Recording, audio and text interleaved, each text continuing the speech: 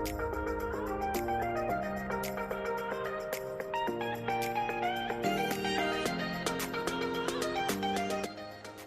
All, S.A.W. Welcome to foodie date.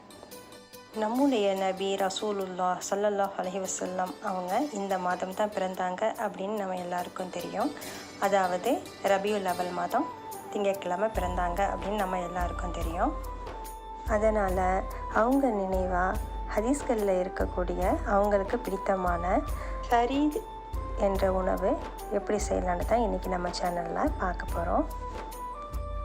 அதுக்கு முன்னாடி இந்த ஹதீஸை பார்த்துடலாம்.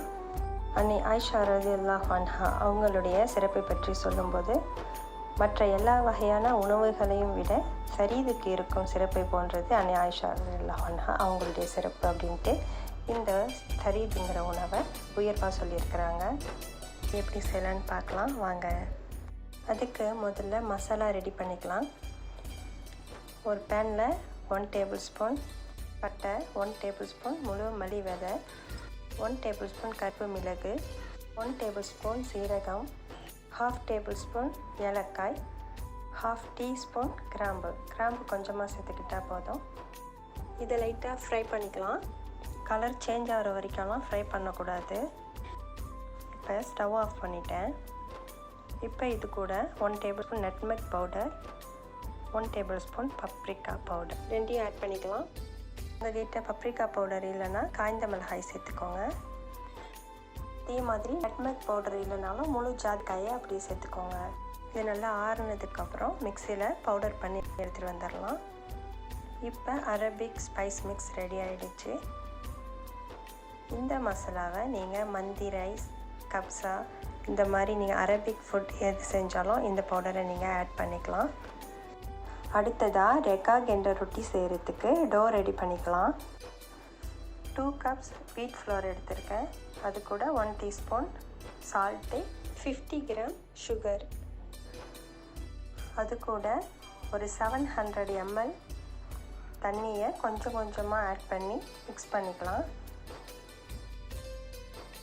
இந்த ரெக்காக் ரொட்டிக்கு பதிலாக பார்லி ஃப்ளோரில் செஞ்ச ரொட்டி, ஹுபூஸ் இந்த மாதிரி எந்த ப்ரெட்டை வேணும்னாலும் இந்த தரீது கூட நம்ம சர்வ் பண்ணலாம். இப்போ இந்த டோ ரெடி ஆகிடுச்சு. இது 1லேருந்து 2 மணி நேரம் ஊறணும் இருக்கட்டும். இப்போ தரீத் எப்படி செய்கிறது அப்படிங்கிறத பார்க்கலாம். ப்ரெஷர் குக்கரில் 3/4 கிலோ மட்டன் எடுத்திருக்கேன். அது கூட ஸ்லைஸ் பண்ணி வச்சுருக்கிற ஒரு வெங்காயம், ஸ்லைஸ் பண்ணி வச்சுருக்க ஒரு தக்காளி, 2 டேபிள் ஸ்பூன் இஞ்சி பூண்டு பேஸ்ட்டு, 1 டீஸ்பூன் மஞ்சள் தூள், 1/2 டேபிள் ஸ்பூன் மிளகாய் தூள், 1 டீஸ்பூன் உப்பு. இது எல்லாத்தையும் லைட்டாக மிக்ஸ் பண்ணிக்கலாம். இது கூட 2 கப் தண்ணி ஆட் பண்ணி இந்த மட்டன் நல்லா குக் ஆகிற வரைக்கும் 4 to 5 விசில் வச்சு எடுத்துக்கலாம். இந்த மட்டன் குக் ஆகிறதுக்குள்ளே இதுக்கு தேவையான வெஜிடபிள்ஸை கட் பண்ணி வச்சுக்கலாம். ஒரு சுக்குனி, பாதி சுரைக்காய், ஒரு கத்திரிக்காய், ஒரு கேரட், ஒரு உருளைக்கிழங்கு, அவ்வளோதான். பேன் சூடு பண்ணிவிட்டு ஒரு 2 டேபிள் ஸ்பூன் ஆயில் சேர்த்துருக்கேன். அதில் சின்னதாக சாப் பண்ணி வச்சுருக்கிற ஒரு வெங்காயம், சின்னதாக கட் பண்ணி வச்சுருக்கிற ஒரு தக்காளி,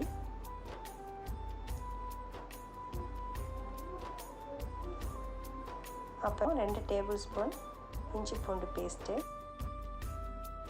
அது கூட நம்ம ஏற்கனவே ரெடி பண்ணி வச்சுருந்த Arabic spice mix 2 tablespoon சேர்த்து மிக்ஸ் பண்ணிக்கலாம். இப்போ இந்த சைடு மட்டன் குக் ஆகிடுச்சான்னு செக் பண்ணிடலாம். நல்லா குக் ஆகிடுச்சு. இப்போ இந்த மட்டனை மட்டும் எடுத்து நம்ம ஆனியன் ஃப்ரை பண்ணிகிட்ருக்கோம்ல அது கூட சேர்த்துடலாம். இந்த மீட் அண்ட் வெஜிடபிள்ஸ்லாம் சேர்ந்து ஒரு சூப் மாதிரி ரெடி பண்ணிவிட்டு அதை ப்ரெட்டு கூட சர்வ் பண்ணுவாங்க. அதுதாங்க தரீத் அப்படின்றது.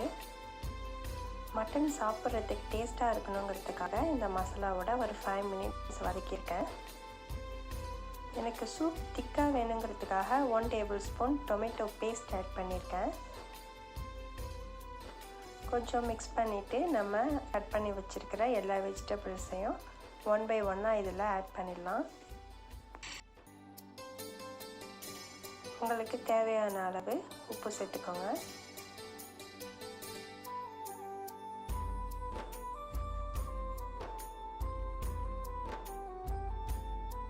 நம்ம மட்டன் வேக வச்ச தண்ணி இருக்குல்ல, அந்த தண்ணியில் தான் நம்ம இந்த வெஜிடபிள்ஸ் எல்லாத்தையும் குக் பண்ண போகிறோம்.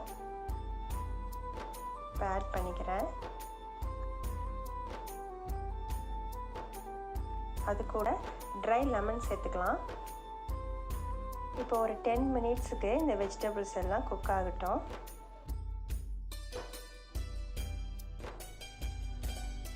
இப்போ எல்லா வெஜிடபிள்ஸும் நல்லா குக் ஆகிடுச்சு. இந்த கன்சிஸ்டன்சி கரெக்டாக இருக்குது. நான் இப்போ ஸ்டவ் ஆஃப் பண்ணிடுறேன். அவ்வளோதான், தரீத் ரெடி ஆகிடுச்சு. இப்போ கடைசியாக ரெக்காக் ரொட்டியை நம்ம ரெடி பண்ணிடலாம். இந்த மாதிரி கன்சிஸ்டன்ஸில் இருந்தால் தான் நம்ம ரொட்டி செய்யும்போது ஈஸியாக ஸ்ப்ரெட் ஆகும். நம்ம ரெக்காக் பிரெட் செய்கிறதுக்கு இண்டாலியம் ஒரு அயன் தவாவை சூடு பண்ணிக்கலாம். ஒரு கரண்டி அளவுக்கு மாவு சேர்த்துக்கலாம். இதை இந்த மாதிரி ஈவனாக தின்னாக ஸ்ப்ரெட் பண்ணி விட்டுக்கலாம். மீடியம் ஹீட்டில் ஒரு 5 மினிட்ஸ் குக் பண்ணால் ரெடி ஆகிடும். இப்போ நல்லா குக் ஆகி கலர் சேஞ்ச் ஆகிருக்கு. இப்போ எடுத்துடலாம். நான்ஸ்டிக் தவாவில் செய்ய முடியாது, ஏன்னா அந்த டோ தவாவில் ஒட்டாமல் உருண்டுக்கிட்டு வரும். இந்த ப்ரெட் பார்த்தீங்கன்னாக்கா தின்னாக க்ரேப் மாதிரி தான் இருக்கும். இப்போ இன்னொரு ப்ரெட் செஞ்சு காட்டுறேன்.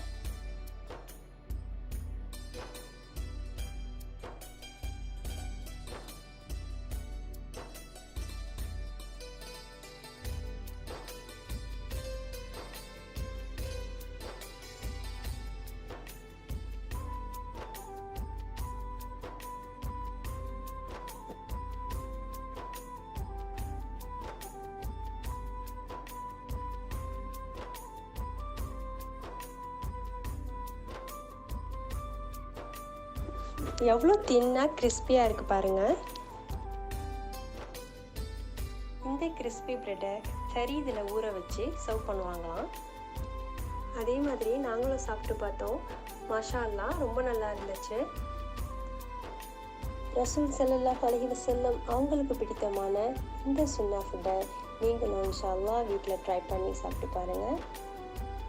இந்த வீடியோ உங்களுக்கு பிடிச்சிருந்தால் லைக் பண்ணுங்கள், ஷேர் பண்ணுங்கள், உங்கள் ஃபீட்பேக்ஸை கமெண்ட்டில் சொல்லுங்கள். முக்கியமாக மறக்காமல் நம்ம சேனலை சப்ஸ்கிரைப் பண்ணுங்கள். தேங்க்யூ ஸோ மச் ஃபார் வாட்சிங்.